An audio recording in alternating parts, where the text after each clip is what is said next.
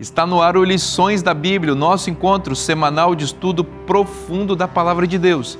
E hoje vamos seguir estudando sobre interpretação de profecias, concentrando-nos especialmente no papel dos sacrifícios como representantes daquele sacrifício maior que Cristo fez na cruz do Calvário. É sobre isso e muito mais o Lições da Bíblia que está começando agora.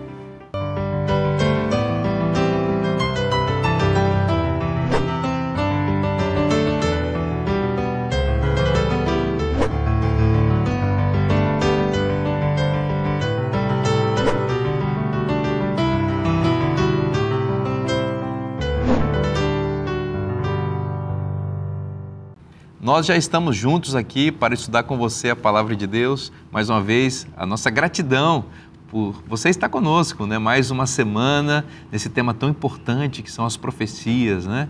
As profecias revelam o plano de Deus, como Deus conduz a história. E é muito bom a gente saber o que Deus está fazendo, os propósitos dele, para que a gente possa ficar do lado dele, né? Aqui eu tenho os nossos amigos queridos que estão conosco nessa temporada. Eu tenho certeza que você está apreciando muito a participação deles, porque eu estou sendo realmente abençoado com aquilo que eles trazem aqui. À minha direita, o pastor Gabriel. Seja bem-vindo, Gabriel. Muitíssimo obrigado. O anjo Gabriel, né, que está aqui com a gente. Estou muito aquém. Aqui também nosso amigo, pastor Werley. Seja bem-vindo, Werley. Obrigado, uma vez mais. Muito obrigado. Muito bom ter você com a gente também. Obrigado. E o pastor Márcio Nastrini. Amigo, bem-vindo mais uma vez. Obrigado.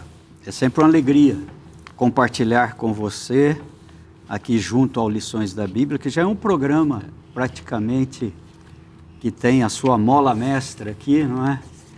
Apreciado por muitos. É um programa da família brasileira, né? Isso aí. Pastor, faz oração para a gente começar, por favor. Eterno Deus, nosso Pai, nosso Criador, agradecemos a oportunidade de mais uma vez abrir a Tua Palavra para saber dos Teus ensinamentos. Ajuda-nos agora, ao expormos o tema do guia dessa semana, a fim de que tenhamos compreensão daquilo que o Espírito Santo colocar em nossa mente para transmitir a todos aqueles que estarão nos assistindo. Pedimos em nome de Jesus. Amém. Amém. No coração da profecia está o Evangelho. Não existe profecia sem Evangelho. E o Evangelho, ele é revelado no Antigo Testamento, sobretudo na figura dos sacrifícios, não é? Que apontavam para a substituição da condenação do pecador, ou seja, o cordeiro morreria no lugar do pecador, e esse cordeiro é Cristo, né? Sim, o sacrifício, ele é parte central do sistema da religião israelita, ok? É bom lembrar que o sacrifício, dentro da economia judaica, ele não é uma ideia ou estabelecimento humano. Ele é um estabelecimento divino. Quando o ser humano se separa ali, foi mencionado aí sobre a Bíblia, né? A Bíblia tem 1189 capítulos. Apenas os 2 primeiros e os 2 últimos, 2 de Gênesis, 2 últimos de Apocalipse, tratam de uma terra sem pecado. Do capítulo 3 do capítulo 3 de Gênesis ao 20º de Apocalipse, trata de sacrifícios. Deus restaurando o ser humano. Sacrifícios que Deus esperava que o ser humano trouxesse de acordo com a prescrição que ele havia estabelecido. Então veja, não há como fugir do tema do sacrifício. Sem derramamento de sangue não há evangelho, não há remissão do pecado. Okay? É bom lembrar que o sacrifício que era feito na época do povo israelita, antes que o Messias havia vindo, Jesus Cristo, não é?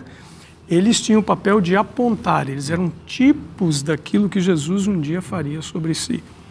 Quando o indivíduo aceitava isso e ele trazia o sacrifício, ele transferia o próprio pecado para o substituto e o sangue do substituto transferia seu pecado para dentro do santuário, onde Deus lidava com o problema do pecado.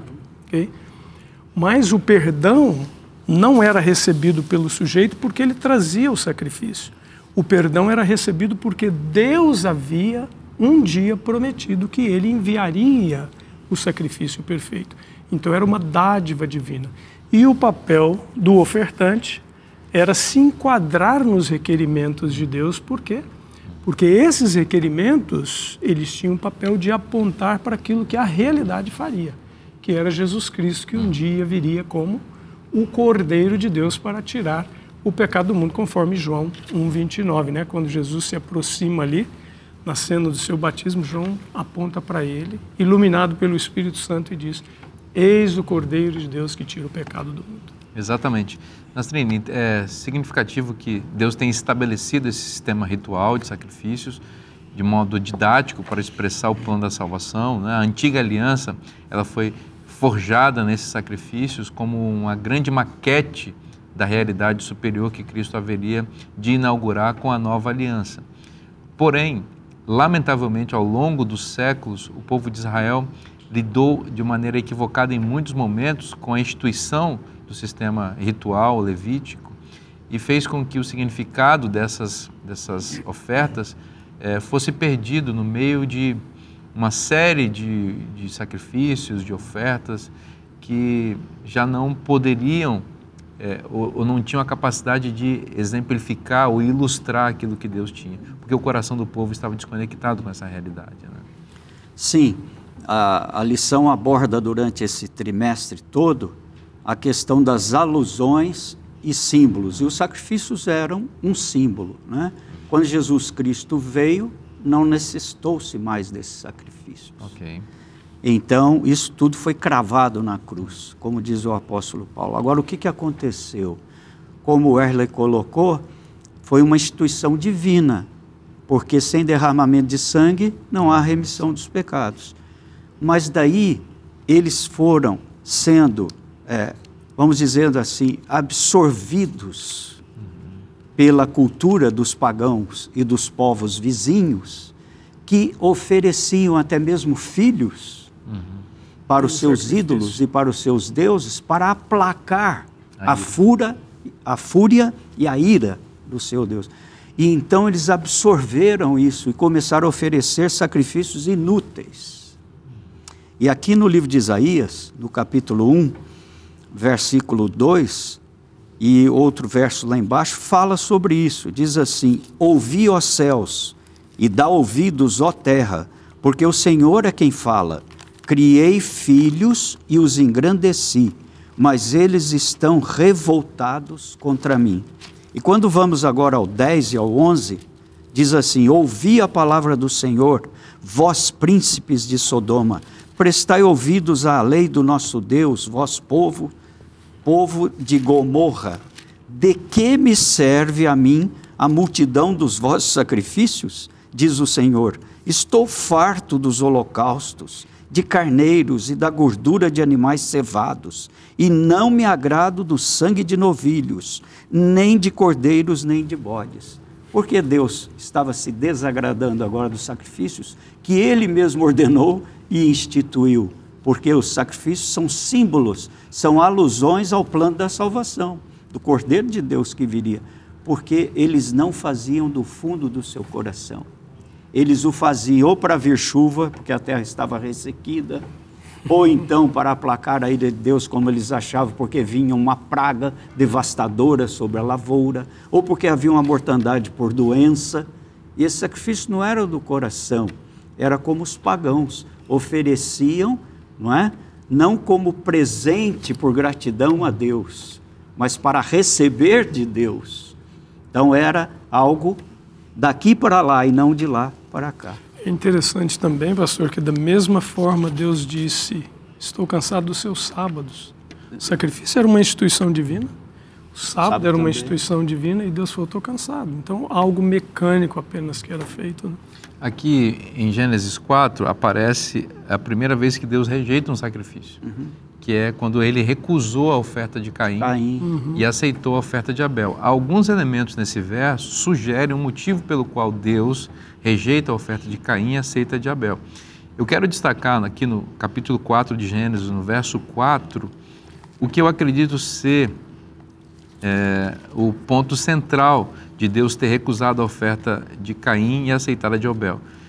Abel, veja o verso 4. Abel, por sua vez, trouxe das primícias do seu rebanho e da gordura deste.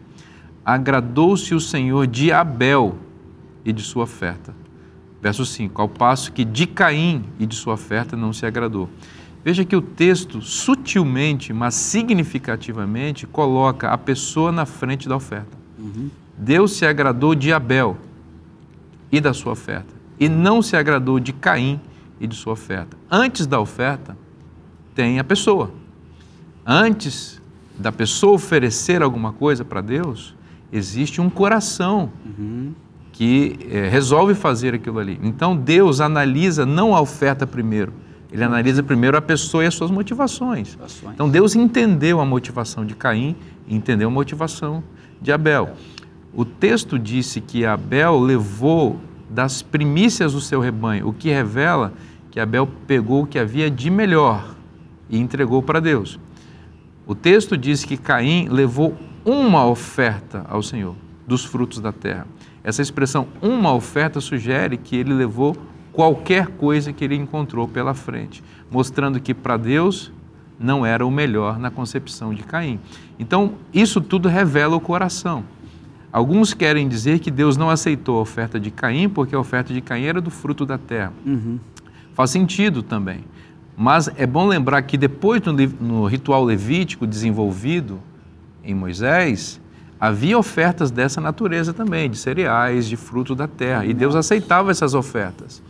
O que está em jogo aqui, no entanto, não é a oferta em si, mas a motivação do ofertante. Abel levou uma oferta de um animal que foi sacrificado, e aí a ideia, sem derramamento de sangue não há remissão, o que sugere que Abel foi aquele sacrifício para ser remido, reconhecendo que era um pecador. Embora as ofertas de fruto da terra fossem aceitas, elas não eram para remissão de pecados. Elas eram ofertas de gratidão, quando você estava satisfeito com alguma coisa e você ofertava daquela maneira. Então, ao levar do fruto da terra, Caim estava mostrando também que ele não tinha, ou que ele considerava que não precisava de nada de Deus. Ele estava plenamente satisfeito, estava cumprindo ali um rito. Então, esse sacrifício e a recusa desse sacrifício por parte de Deus em relação a Caim nos mostra por que Deus não aceita determinados tipos de adoração. A gente pode trazer para os nossos dias de hoje. Não vivemos mais no ritual levítico, mas continuamos adorando a Deus, oferecendo sacrifício de louvor a Deus. E quais são os que Deus aceita e quais são os que Deus rejeita? Deus aceita sacrifícios que vêm de um coração que reconhece a sua necessidade de Deus e de redenção, e rejeita aqueles que fazem por mero formalismo para revelar apenas o seu egocentrismo, que usam até o ritual de louvor e adoração para se autoexaltar. Essas pessoas não são aceitas por Deus nem seus sacrifícios. Interessante que no original aqui, quando fala que Abel levou das primícias do rebanho, esses primícias aqui tinha que ver com frutos da terra também. Sim.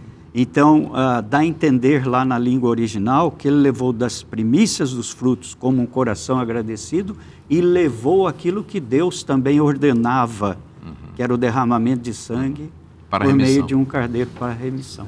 E o interessante é que a forma como o sacrifício era oferecido também informava ou implicava e demonstrava a forma como o ofertante compreendia Deus.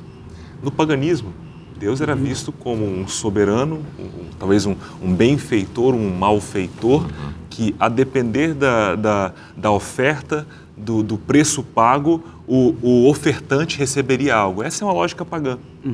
Uma lógica pagã baseada também na confiança nas obras, na capacidade humana de mover o braço divino de forma utilitarista e pragmática, ou seja, que funcione na prática, que seja favorável a ele. E Abel via Deus assim como um inconveniente do qual ele não poderia o quê? Se esquivar. Ele entendia que Deus era soberano, o Criador de todas as coisas, mas ele não estava disposto a fazer o quê? A se submeter a esse Deus. Confundi. A submeter a esse Deus. Entendem? E o que também nós podemos tirar de lição? Ao pensar que é possível comprar Deus, ascender até Ele e barganhar com Ele, também ignora-se o aspecto da graça. O aspecto fundamental da graça.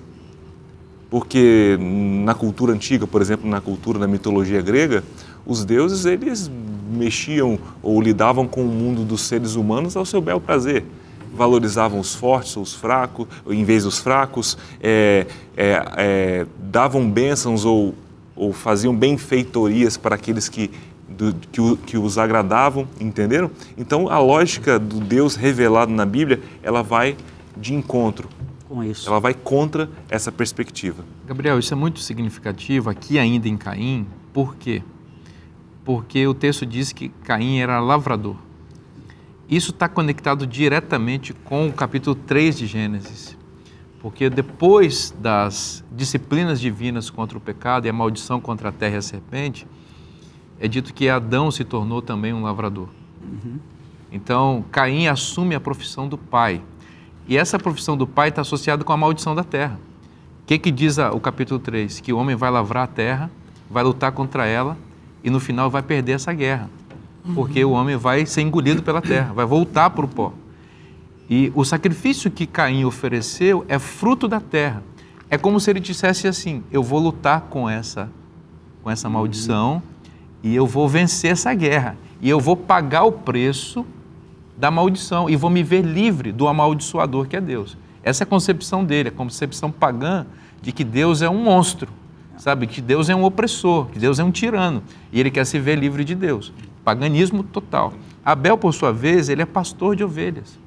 Isso também se conecta com o capítulo 3, porque o texto diz lá que quando Deus vai resolver o problema do pecado, ele faz roupas para o ser humano que estava nu da pele de animais, o que sugere claramente um sacrifício que Deus fez. Deus é pastor de ovelhas. Então Abel vai se conectar a Deus por meio da sua profissão. Do mesmo jeito que Deus era pastor de ovelhas, vamos colocar assim, que Deus faz um sacrifício de animais, Abel vai dizer, esse é o caminho que eu quero para a minha vida. Eu quero ser como Deus e eu vou aceitar o plano de Deus para a nossa vida. Por quê? Porque ele entendia que Deus estava irado contra o pecado, mas Deus mesmo proveria o sacrifício para libertar a humanidade do pecado. E não haveria como ser feliz livrando-se de Deus, como Caim imaginava. É interessante que esse aspecto apresentado pelo Gabriel, né, descendente e ascendente, ele expressa realmente a teologia. Ou seja, em Caim, o sacrifício dele é para ascender. Em Abel é para descender. Um é a oferta para apaziguar, o outro é a dádiva que você recebe.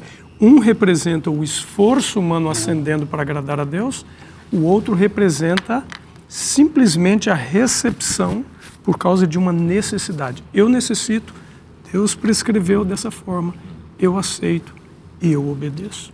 E é interessante notar que ali, no final do último parágrafo dessa semana, Ellen White, no livro Patriarcas e Profetas, primeira sentença e a segunda. Abel entendeu, ao oferecer aquele sacrifício, os grandes princípios da redenção. Viu-se como um pecador e viu que o pecado e sua pena de morte privavam da comunhão com Deus. Deus seja louvado. Que bênção, né? Estudar a palavra de Deus. Nós vamos fazer um breve intervalo. Não saia daí. O programa Lições da Bíblia volta já já.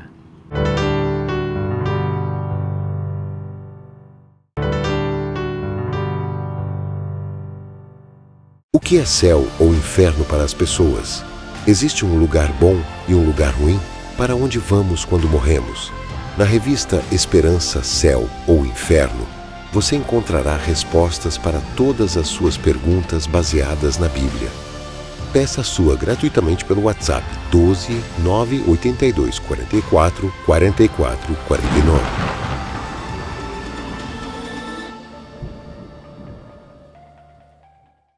Já estamos de volta agora para o segundo bloco do programa Lições da Bíblia. Deixa eu falar com você um recadinho do coração. Eu tive o privilégio de escrever uma revista aqui para a Escola Bíblica da Novo Tempo, que é a revista Céu ou Inferno.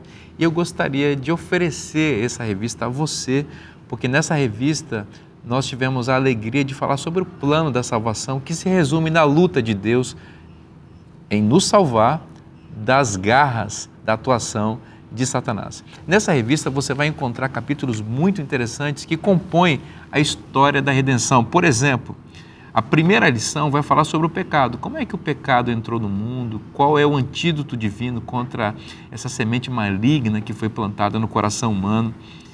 Vamos falar também sobre o inferno, esse local, suposto local de danação humana, né? Ele existe, como é? Então, nós vamos falar disso. Vamos falar sobre o sacrifício de Jesus em nosso lugar. Então, a teologia bíblica da substituição penal, assim chamada, né? Como vamos entender isso, né? Como é a base da nossa salvação. Deus assumiu o nosso lugar e vamos ver nas Escrituras como essa teologia é desenvolvida. O conceito da justificação pela fé, o que é isso? O que é justificação pela fé? Vamos entender à luz da Bíblia esse conceito profundo que expressa o plano da redenção. Vamos tratar do tema da fé na Bíblia. Muita gente não sabe o que é fé, é uma palavrinha tão simples, mas as pessoas não entendem o significado profundo da fé e não podem exercê-la. Então, essa revista vai ensinar você a santificação, a glorificação, o evangelho eterno. Olha, essa é uma expressão muito interessante. O que é o evangelho eterno? Existem muitos evangelhos hoje. Gente que diz que está pregando o evangelho, mas qual é o evangelho eterno?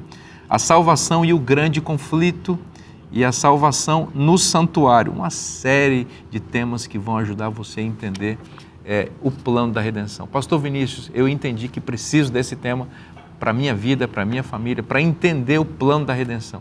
Então faz o seguinte, para tudo agora e manda uma mensagem para o WhatsApp que está aparecendo na sua tela. Você vai preencher um cadastro bem rápido e nós vamos mandar sem custo nenhum essa revista que vai abençoar sua vida. É uma revista que nós escrevemos com o coração para você. Então, para tudo, manda o WhatsApp agora para você ter essa bênção na sua casa e na sua família. Pastor Nastrini, no bloco anterior falamos sobre sacrifícios inúteis, que são sacrifícios que são oferecidos sem o verdadeiro significado, não é? Agora, vamos falar sobre essa mecânica do sacrifício na Antiga Aliança, né? Essa ideia de sangue, de touros e de bodes. Isso é uma coisa que a nossa percepção hoje parece bastante até cruel, né? Mas qual é a necessidade disso? Algumas pessoas que criticam principalmente o método de Deus em simbolizar o plano da redenção, eles dizem realmente que os sacrifícios eram muito cruéis e causavam muito impacto nas pessoas que assistiam. Mas isso para a nossa época, porque naquela época, né, eles estavam acostumados, como eu já me referi no bloco anterior, a ver pagãos. Até mesmo, aí sim, era crueldade ao extremo, oferecer filhos ao deus Moloque, etc, etc. Então, para eles, isso não causava tanta aversão. Agora, o fato a crueldade é devido a se reportar que a morte do Filho de Deus também foi muito cruel, muito injusta e muito impactante. Então, era para sentir realmente que o verdadeiro Cordeiro, ele seria fruto de uma crueldade humana tremenda, era para ficar na mente. Por quê? Porque o santuário e suas cerimônias é o plano divino didático para compreender o plano da salvação. Quer dizer, sem os sacrifícios, sem aquele impacto, aquele derramamento de sangue, isso ligando agora com profecias e suas alusões, não seria possível entender a morte do verdadeiro Cordeiro depois. Então Deus projetou um plano didático através do santuário e seus ritos para entender o plano da salvação. Eu morei numa determinada região do país em que era comum a gente ver nas esquinas animais. Eles ofereciam esses sacrifícios e eu cheguei a ver até sacrifícios de animais maiores, né, como bodes, que não é tão comum em todas as regiões, né? De fato, é muito estranho, mas há um elemento, né, comum nessas religiões e o cristianismo. De fato, os sacrifícios eles são oferecidos para aplacar a divindade, a ira da divindade. Tanto no paganismo quanto no cristianismo, o Deus está irado contra os seres humanos. E o sacrifício é para aplacar essa ira.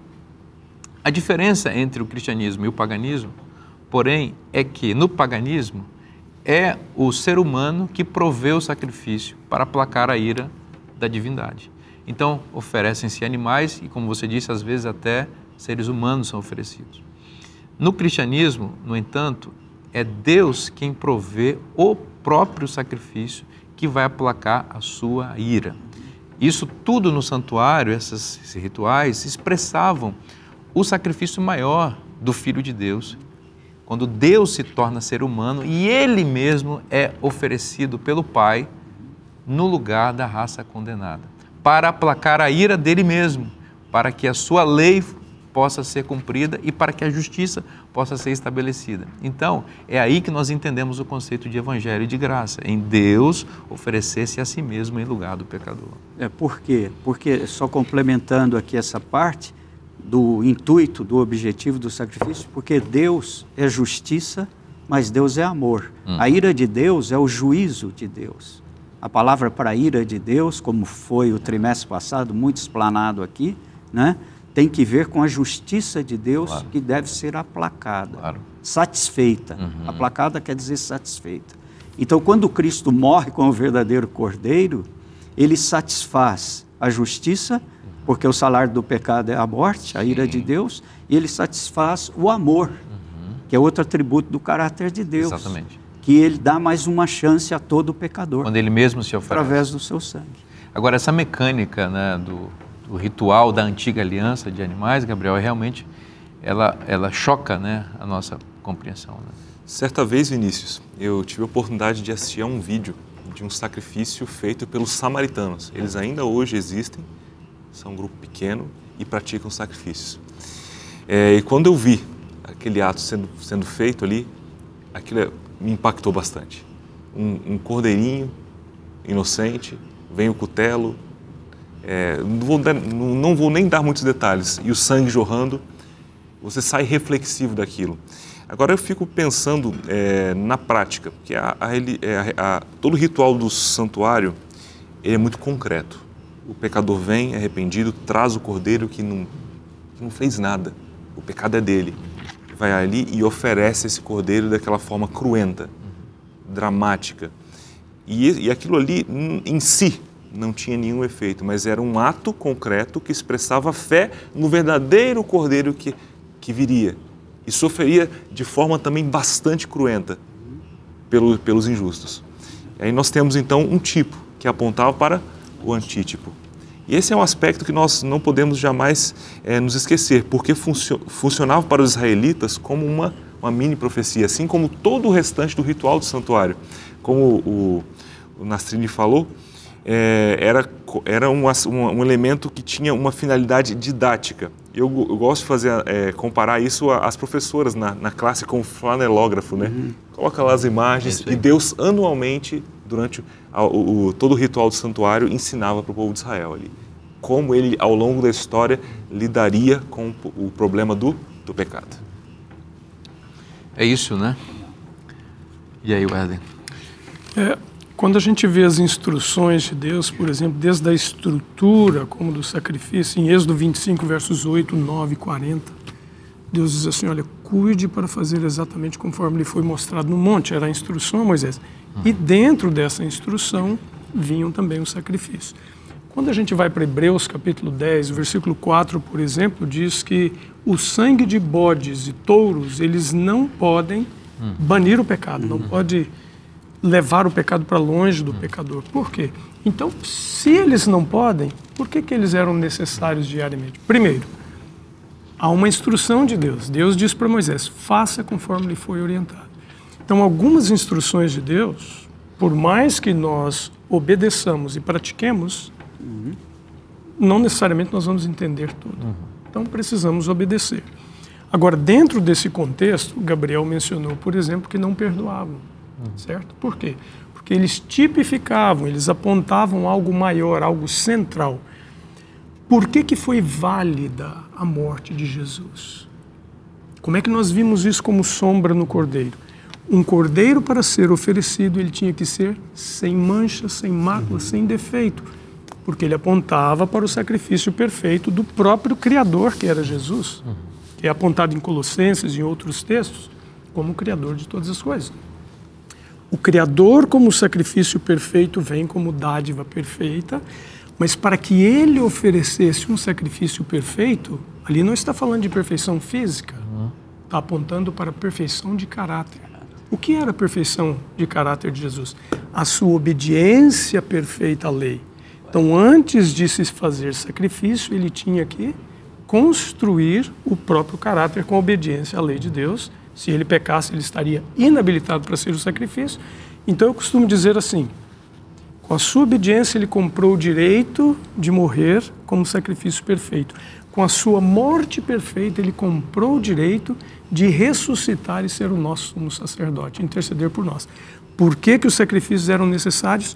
Por causa do constante cometimento de pecado do povo de Deus. É o mesmo hoje.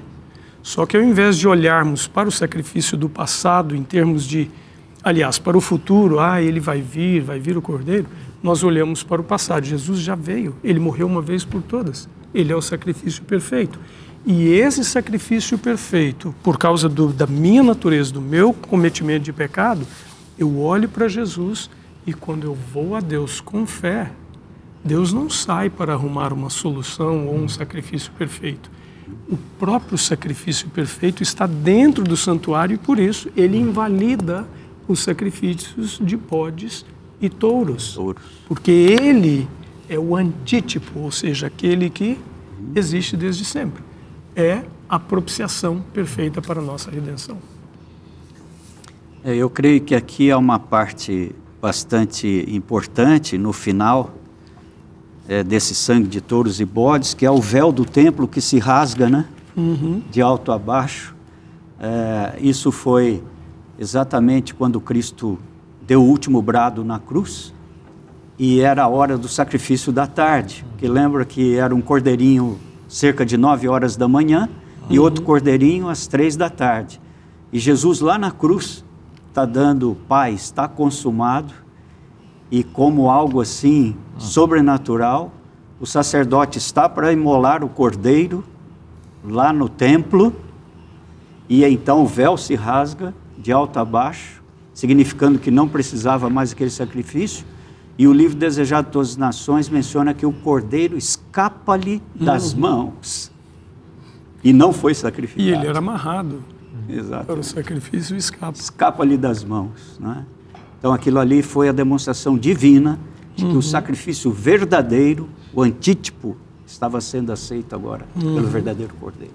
O livro de Hebreus Por foi Deus pelo verdadeiro Cordeiro. Isso. O livro de Hebreus foi escrito exatamente para que os cristãos hebreus tivessem essa ideia de que os sacrifícios do ritual da antiga aliança estavam cumpridos em Cristo e que eles podiam agora adentrar uma realidade superior.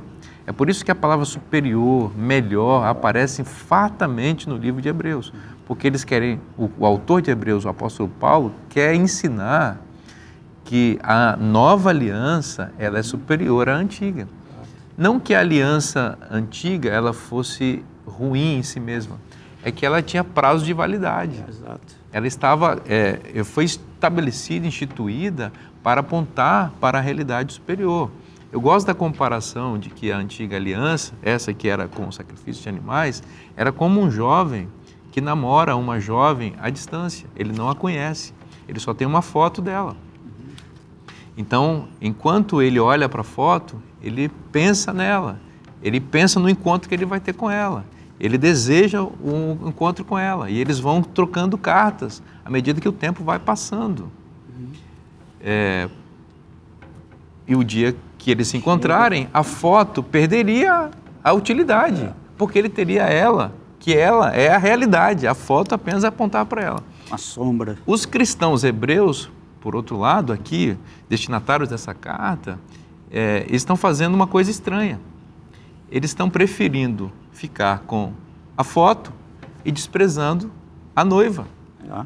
Não é? Então o apóstolo está dizendo, olha, é muito melhor você ter a noiva. A noiva é Cristo, ela já chegou. Vocês estão preferindo ficar com a foto. Então chegou o dia do encontro, eles olharam para a foto e para a noiva e disseram, não, vou ficar com a foto, esquece a noiva. Então isso é um problema gravíssimo, né? Eu vi o pastor Reinaldo Siqueira fazendo essa ilustração, achei muito significativa. Então, os sacrifícios, eles tinham apenas esse papel de apontar para a realidade superior. Era só a foto. E não dá para ficar com a foto quando a gente tem a realidade. Era a sombra e a realidade, né? É interessante notar também que essa relação da antiga e a nova aliança é que quando nós vamos aos autores do Novo Testamento, eles falam conscientes de que os últimos dias já haviam chegado. Por quê? Acabei de falar agora há pouco que os sacrifícios eram mini profecias. No momento em que Cristo morre na cruz e começa a dar início, colocar a máquina do santuário celestial para funcionar, e ele começa já a apontar para o fim. Por isso os últimos dias se iniciavam. A morte de Cristo na cruz, de certa forma, também é um evento escatológico. Ele inaugura todos os eventos finais. Então esse é um fator importante. E também não podemos esquecer que Cristo, ele foi também o Cordeiro Pascual. Ele morreu na Páscoa. E a Páscoa, no contexto do Êxodo, ela tem um significado profundo. O povo foi liberto do cativeiro egípcio. E analogamente, nós também somos libertos do cativeiro do pecado, que é comandado também pelo tirano Satanás. Então percebemos que a ideia do cordeiro, do sacrifício, ela é polissemântica, ela é uma imagem com muitos significados belos e profundos que exemplificam para nós como Deus tem atuado em nossa redenção. Jesus, ao morrer na cruz, se tornou o substituto da humanidade. Por isso ele encarna aqui com a natureza plena do ser humano, aquela que Adão tinha antes da queda, para exatamente substituir Adão em sua realidade, para assim assumir a posição de Adão e ser o nosso pleno representante. Esse é o sacrifício que Deus fez em Cristo para nos salvar. É maravilhoso saber que temos isso à nossa disposição como oferta de graça. A gente vai fazer um breve intervalo. Não saia daí, o programa Lições da Bíblia volta já já.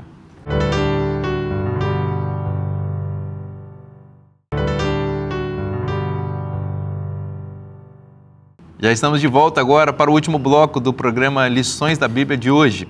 Você sabe a importância de ter o nosso guia de estudos. Já fez a sua assinatura? Você já comprou a sua lição de forma avulsa? Você não pode perder essa bênção. A lição é Deus falando com você todo dia, uma porção das Escrituras, um entendimento teológico para aquecer seu coração e preencher sua mente com conteúdo divino. É para isso que existe esse guia de estudos. Pastor Vinícius, eu preciso. Então, não perca tempo. Vá a cpb.com.br e adquira já o seu guia de estudos. Pastor Nastrini, vamos continuar falando aqui. Jesus é o nosso Cordeiro Pascal. Ele morreu em nosso lugar e em sua morte libertou-nos da escravidão do Egito. Esse é um ponto fundamental aqui no tema dessa semana, porque, na realidade, a palavra Páscoa em português não tem muito sentido, mas ela no inglês tem um sentido bem melhor até que no hebraico. Porque em inglês é Passover, né? E o Passover é passar sobre. Então, da mesma forma que o sangue do cordeiro espargido no umbral da porta da casa de cada judeu ou hebreu o libertou, porque o anjo passou sobre, Passover, passou sobre aquela casa e não feriu o primogênito de morte. Da mesma forma, Cristo, o Cordeiro Real, quando vem, ele então nos tira do Egito do pecado, que é esse mundo, e nós passamos sobre esse mundo de pecado através do seu sangue, somos libertos para a Canaã não terrestre, mas celestial. Excelente, excelente explanação, né? Vamos seguir aqui na lição de quarta-feira, e aqui nós encontramos, Werner, Jesus no templo. Nós sabemos que Salomão construiu o primeiro templo em Jerusalém, foi um templo glorioso. Nesse templo havia a presença da Arca da Aliança, o trono de Deus, o símbolo do trono de Deus na terra. Mas esse templo foi destruído posteriormente pelos babilônios, né? O templo foi queimado, os utensílios foram levados para a Babilônia e a Arca de Deus foi escondida e não se achou a Arca da Aliança. Mas depois de 70 anos o povo regressou para Jerusalém e lá eles reconstruíram a cidade e o templo. E o profeta Ageu disse que esse templo, segundo, embora menor, embora menos glorioso, ele seria mais importante, porque nele haveria de aparecer o desejado de todas as nações, né? Quais são as suas impressões a respeito dessa temática importante? Existem pelo menos alguns aspectos que nós podemos pontuar. Um deles é o que você mencionou, não é? A presença da arca fisicamente não estava ali. Ela havia sido escondida por homens fiéis, tementes a Deus, por conta do pecado, né? Então ele temia que a arca fosse tocada novamente. A arca, ela era realmente o lugar onde Deus fazia a sua aparição dentro do lugar santíssimo, especialmente para descontaminação, para a limpeza do santuário no 10º dia do 7º mês. Ela representava a justiça de Deus, ela representava o seu amor e ela representava também a liderança que Deus estabelecia ali, não é? Na vara de Arão que havia florescido, porções do maná, etc., como Deus sustentava seu povo. O outro aspecto é que Jesus se faria presente no segundo templo, não no primeiro. Então veja, a glória que Ageu viu, ela se dava não uma construção gigantesca, bela, com uma arquitetura indescritível, né?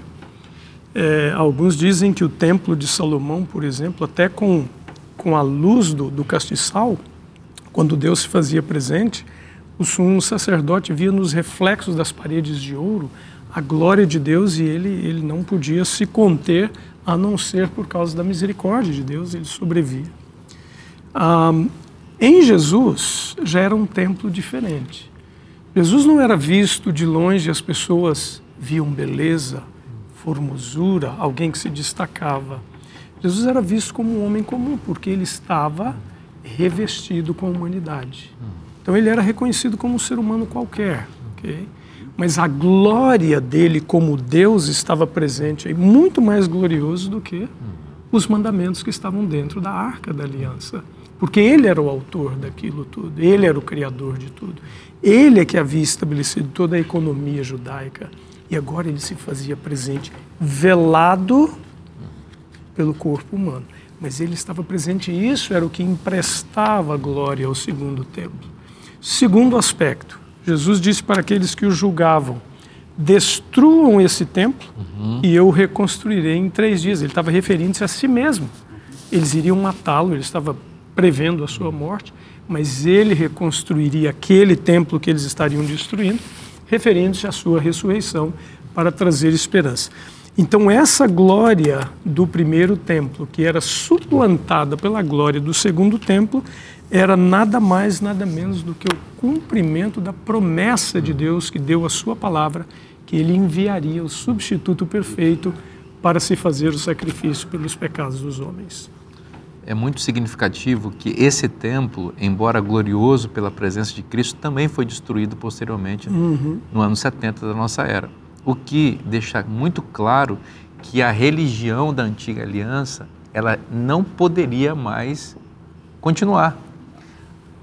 E o livro de Hebreus, como a gente mencionou no bloco anterior, ele apresenta a existência de um santuário no céu, que não foi erigido e construído por mãos humanas, mas pelo próprio Deus. Um templo superior. Um templo superior, onde a nova aliança é administrada, onde Deus coordena a história da salvação, onde a mesma lei de Deus, eterna e imutável, ela é estabelecida como a constituição do governo de Deus. E é para lá que todos nós somos direcionados pela fé. Esse é o verdadeiro templo glorioso no qual Jesus entrou no ano 31 da nossa era, inaugurou o seu governo sacerdotal e de onde ele virá em breve para nos buscar. Né? E é o próprio Jesus que é o próprio templo, como ele colocou aqui, né? E é o sacerdócio superior, num santuário superior. Agora, eu só queria fazer um destaque aqui, que é o problema das especulações quanto à arca. Né? Nós temos aí uma série de influenciadores que estão aí em busca da arca perdida. E até alguns deles já colocaram que acharam parte dessa arca. Né? Nós precisamos tomar cuidado com isso, né? Isso de maneira geral para os membros e para os nossos telespectadores, né? Porque a arca foi escondida, como colocou o Erley aqui, por época da destruição da cidade de Jerusalém pelos babilônicos, certo? Então, homens piedosos esconderam a arca e Deus não revelou. Nem na Bíblia, tão poucos escritos de Ellen White mencionam onde está essa arca. Nós não sabemos. Então, cuidar um pouco com essas especulações em busca da arca perdida, etc. Tem muitos vídeos por aí, né? E posts. Outro dia disse que acharam a carruagem do faraó, né? No fundo do Mar Vermelho. Então, isso são especulações, né? É verdade. E aí, Gabriel? É interessante também ressaltar ali já na lição de quinta, nós temos um assunto que sempre me instigou, né? Lá em Isaías, no capítulo 6, por ocasião do seu chamamento, ele estava sendo recrutado para o ministério, Deus deu uma visão do templo celestial. E aquilo que nós vemos ali é algo grandioso. Isaías viu querubins, viu o Senhor em seu trono, viu o santuário de forma geral, e esses querubins diziam: Santo, Santo, Santo. É curioso o fato de a palavra santo ser mencionada 3 vezes, né? Talvez porque seja Deus Pai, Deus Filho e Deus Espírito Santo. Mas o importante também é notar que essa visão que Deus concedeu a Isaías, ela tinha uma finalidade. Por contraste, mostrar quem Isaías era, qual era a altura da missão, com quem ele estava trabalhando. Então Deus precisava dar um choque de realidade no profeta. E ele o deu, fazendo o quê? Concedendo uma visão do santuário celestial. E visões parecidas apareceram em outros locais na Bíblia. Por exemplo, Ezequiel teve uma visão semelhante. João, no capítulo 4 de Apocalipse também. E ali no versículo 8, os seres que estão ao redor do trono também falam Santo, Santo, Santo, demonstrando o quanto realmente Deus é santo e digno. Porque ali no versículo 11, ele é santo e digno de toda honra agora, porque criastes todas as coisas. E por isso também, porque Cristo é o Cordeiro que foi morto, ele é digno também de abrir o livro. É interessante que ambos, João, Isaías e outro, como você mencionou, eles tiveram o privilégio, foram poucos que tiveram o privilégio de ver o trono, né, do regente do universo, do governador das nações cósmicas, né? Mas 3 também se sentiram indignos. Esse era o objetivo, né? Você vai depender de mim para ser o meu proclamador, o meu profeta. Então você precisa esvaziar-se, sentir-se indigno e ver a minha glória, a minha grandeza, para então depender de mim com o meu poder. É interessante que o Gabriel mencionou também a questão da criação, né? A criação, ou o poder de Deus como Criador, faz de Deus o nosso dono duplamente. Um pela criação, um pela redenção. Quem criou foi o autor da vida e também quem criou foi o Cordeiro perfeito, que redimiu. É a mesma pessoa colocada na Bíblia. Então Jesus, ele é nosso Senhor, porque ele é o nosso Criador, ele é o nosso Senhor também, porque ele, além de Criador, é o nosso Redentor, não é? E nesse contraste, quando Isaías vê, ele então contrasta a santidade de Deus com a pecaminosidade humana, o que gera nele a insignificância humana e a inabilidade de ser um mensageiro. Deus então diz para ele que ele deve ir. Quem irá? E ele então se propõe a ir e fazer aquilo que Deus espera dele, porque ele vê esse contraste. E interessante que esse contraste, o fato de Isaías graciosamente ter sido colocado no lugar dele, também o permitiu desenvolver um sentimento de dependência. Esvaziar-se da sua autossuficiência. A visão do templo, tanto do profeta Isaías quanto do profeta João, elas representam também a nossa realidade. Veja bem, nós acreditamos que a Bíblia tenha a doutrina do santuário celestial. E associada a essa doutrina, a doutrina do juízo investigativo que se processa no santuário celestial. Nós derivamos essa crença das Escrituras, em especial do livro de Hebreus, já mencionado aqui, no qual o apóstolo Paulo nos convida a entrar no santuário celestial pela fé. Para quê? Para termos a visão semelhante que Isaías e João tiveram. Quando você vai ao Santíssimo pela fé, o apóstolo Paulo diz, para além do véu, o que você enxerga lá? Pelo novo e vivo caminho, Pelo né? novo e vivo caminho que Cristo abriu, você enxerga o que lá? Você enxerga Jesus. E o que Jesus está fazendo no santuário celestial?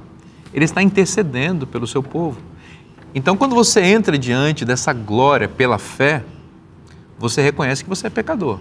Ninguém vai ao santuário de Deus pela fé achando que é o tal.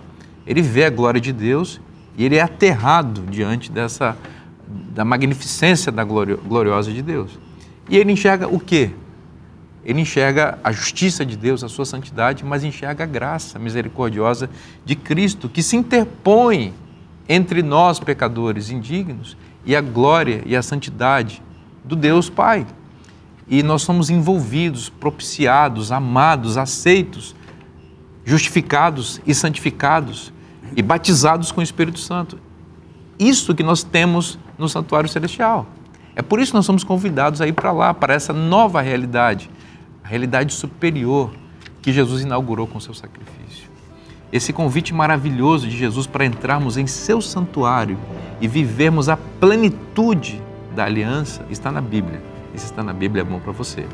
Eu te espero na próxima semana. Que Deus te abençoe muito. Um forte abraço e até lá.